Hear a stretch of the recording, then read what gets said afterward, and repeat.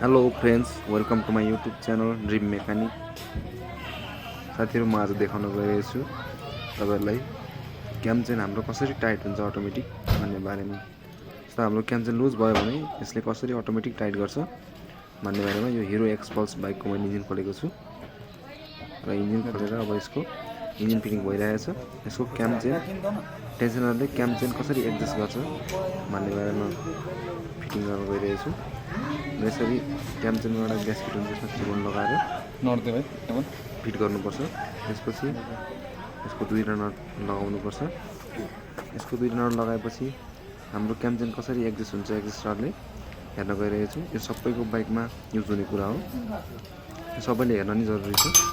यसले चाहिँ अटोमेटिक कसरी क्याम चेनलाई टाइट गर्छ भन्ने बारेमा म देखाउन गइरहेको छु। हाम्रो यो 10 नम्बर टीले फटाफट क्याम चेन एडजस्टर टाइट भइरहेछ। म तपाईँलाई देखाउँछु क्याम चेन एडजस्टरले क्याम चेनलाई कसरी टाइट गरेर राख्छ र हाम्रो इन्जिन कुद्दाखेरि क्याम चेन कसरी खुस्किँदैन भनेर म डिटेलमा देखाउन गइरहेको छु।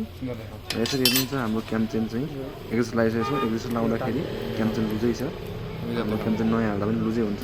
र एडजस्टरको पिन, यो टाइट गर्ने पिन हो, यो निकालेर यसलाई बिस्तारै टाइट गर्नुपर्छ।